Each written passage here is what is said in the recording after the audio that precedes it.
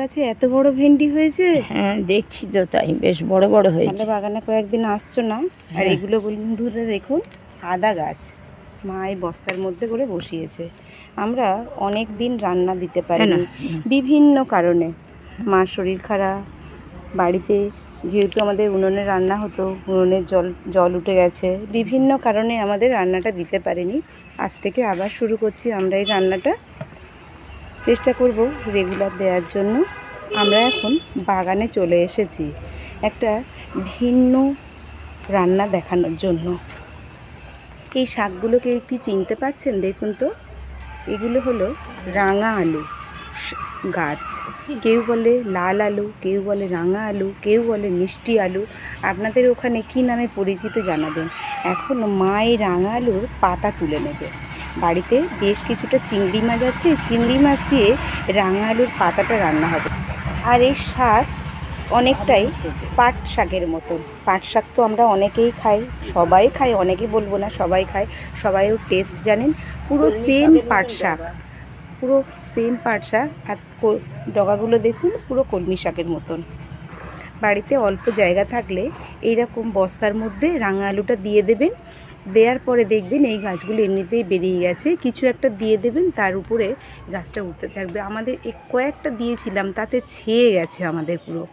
অনেকবার আমরা এগুলো কেটে খেয়েছি, যত কাটছি তত হচ্ছে।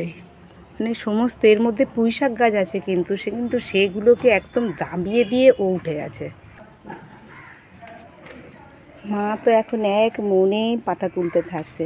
পাতাগুলো ঠিক এভাবেই কিন্তু নিতে হয়, শুধুমাত্র পাতাটা দেখুন। আমাদের শাক তোলা হয়ে গেছে, দেখুন মা কিন্তু অল্প সময়ের মধ্যে অনেক শাক তুলে ফেলেছে। তাহলে চলুন এবারে শাকগুলো পরিষ্কার করে কেটে ধুয়ে নিই আমরা।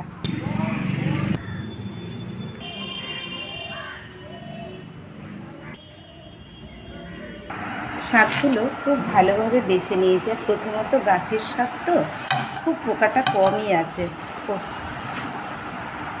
আমাদের বাড়ির চারিপাশে এই ভিডিওটা দেখলে যদি কেউ এই শাক খেতে চান, আমাদের বাড়িতে এসে নিয়ে যেতে পারেন, প্রচুর আছে।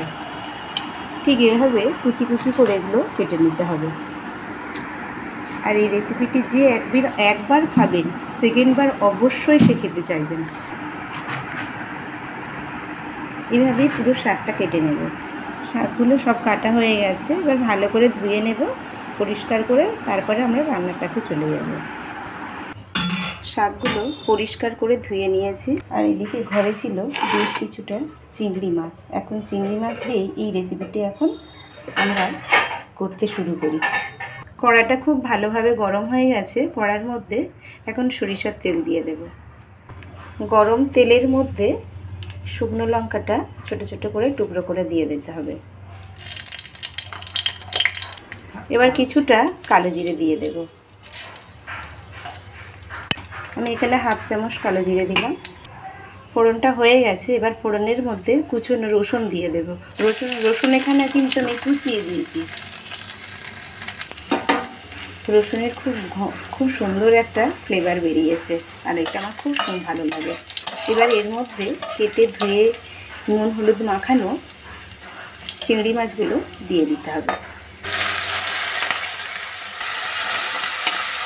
এই রেসিপিটি যে একবারে খাবেন সে বারবার খেতে চাইবেন, বাড়িতেই বলুন আর কারোর কাছেই বলুন। চিংড়ি মাছগুলো খুব ভালোভাবে ভাজা হয়ে গেছে। এবার এর মধ্যে কেটে ধুয়ে রাখা শাকগুলো দিয়ে দেবো।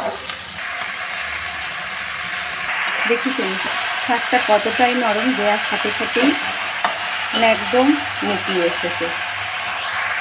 এর মধ্যে সামান্য একটু লবণ দেবো, কারণ চিংড়ি মাছের নুন মাখিয়ে লবণটা মাখিয়েছিলাম, তাই জন্য স্বাদে কিন্তু বুঝেই দিতে হবে, কেননা তিতো হয়ে গেলে আর আমরা খেতে পারবো না।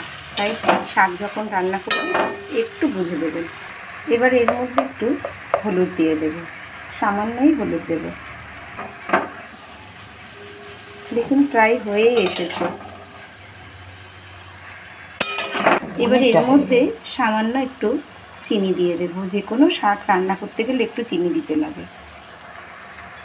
দিয়ে একটু নাড়াচাড়া করে এটা উঠিয়ে নেব, হয়ে যাবে। শাকটা খুব সুন্দরভাবে হয়ে গেছে। এবার এটাকে উঠিয়ে নেব। গরম ভাতে জাস্ট অমৃত।